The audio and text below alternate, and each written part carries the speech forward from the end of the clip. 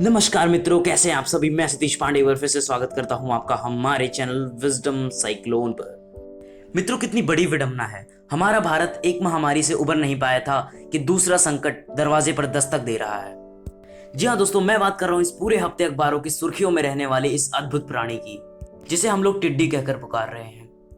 मित्रों, जैसा कि आप सभी खबरों में सुन और देख पा रहे होंगे कि ये टिड्डियां भारी तादाद में भारत में झुंड बनाकर एकदम से आ धमकी हैं और फसलों को खासा नुकसान पहुंचा रही हैं।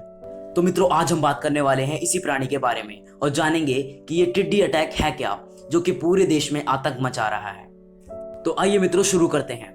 मित्रों, टिड्डियां, जिन्हें अंग्रेजी में लोकस्ट भी कहते हैं, ये ग्रास हॉपर्स की फैमिली से बिलोंग करती हैं। वैसे तो लोकस्ट यानी इन टिड्डियों की हजारों प्रजातियां हैं, पर इनमें से सबसे खतरनाक प्रजाति का नाम है डेजर्ट लोकस्ट यानी कि रेगिस्तानी टिड्डी। मित्रों, आपको बता दें, जो भारत पर अभी लोकस्ट अटैक हुआ है उनमें यही रेगिस्तानी टिड्डियां हैं और इन टिड्डियों का अटैक दुनिया का सबसे खतरनाक पेस्ट अटैक माना जाता है। आपको बता दें, इन टिड्डियों का लाइफ स्पैन लगभग 3 से 6 महीने का होता है। इनका औसत वजन 2 ग्राम होता है और इनकी लंबाई 6 से 7 सेंटीमीटर होती है। इसके अलावा ये एक बार में अपने वजन जितना भोजन खा सकते हैं। मित्रों, आगे बढ़ने से पहले आपको ये बात जान लेनी होगी कि इन रेगिस्तानी टिड्डियों के जीवन काल के 2 मुख्य स्टेजेस होते हैं। पहला सॉलिटरी स्टेज और दूसरा है ग्रेगेरियस स्टेज।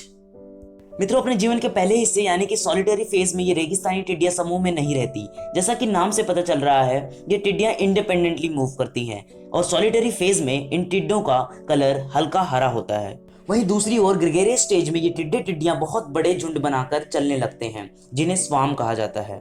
इसके अलावा सॉलिटरी फेज से बिल्कुल उलट ग्रेगेरियस फेज में इन टिड्डियों का रंग डार्क ब्राउन हो जाता है और इनके शरीर पर काले धब्बे भी आ जाते हैं और ये हमेशा दिन के समय पलायन करते हैं। अब आप ये सोच रहे होंगे कि सॉलिटरी स्टेज में इंडिपेंडेंटली मूव करने वाले ये टिड्डे एकदम से ग्रेगेरियस स्टेज में एंटर करते ही इतने खूंखार झुंड बनाकर फसलों पर हमला क्यों करने लगते हैं। तो मित्रों, आपको बता दें, ग्रेगेरियस स्टेज में एंटर करते ही इनमें एक फेरोमोन नामक केमिकल रिलीज होने लगता है, जो कि इनको एक दूसरे की तरफ अट्रैक्ट करता है और इन्हें यही मजबूर करता है एक दूसरे के साथ झुंड में चलने को।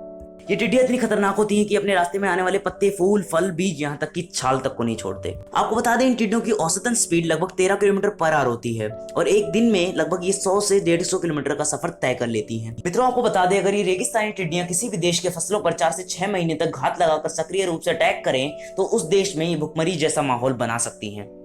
तो मित्रों, आशा करता हूं अब तक तो आप टिड्डियों के बारे में जान ही गए होंगे। अब हम बात करेंगे इंडिया पर हो रहे टिड्डी अटैक के बारे में।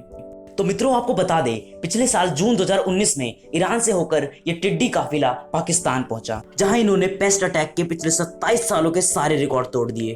पिछले आंकड़ों के हिसाब से ये माना जा रहा था कि भारत में ये टिड्डी काफिला नवंबर तक पहुंचेगा। पर मित्रों, भारत में फेवरेबल कंडीशंस पाकर ये टिड्डी काफिला भारत में निर्धारित समय से पहले ही आ धमका। हालांकि भारत में रबी फसल की कटाई पहले ही हो चुकी थी, इससे इतना ज्यादा नुकसान तो नहीं हुआ, पर काफी ज्यादा नुकसान अब हो रहा है। आपको बता दें कि खतरे को भांपते हुए भारत की LWO यानी लोकस्ट वार्निंग ऑर्गेनाइजेशन ने पाकिस्तान से सटे हुए राज्यों जैसे राजस्थान, गुजरात आदि में अलर्ट जारी कर दिया। इसके साथ ही LWO ड्रोन्स द्वारा टिड्डी नाशक केमिकल्स का छिड़काव भी कर रही है।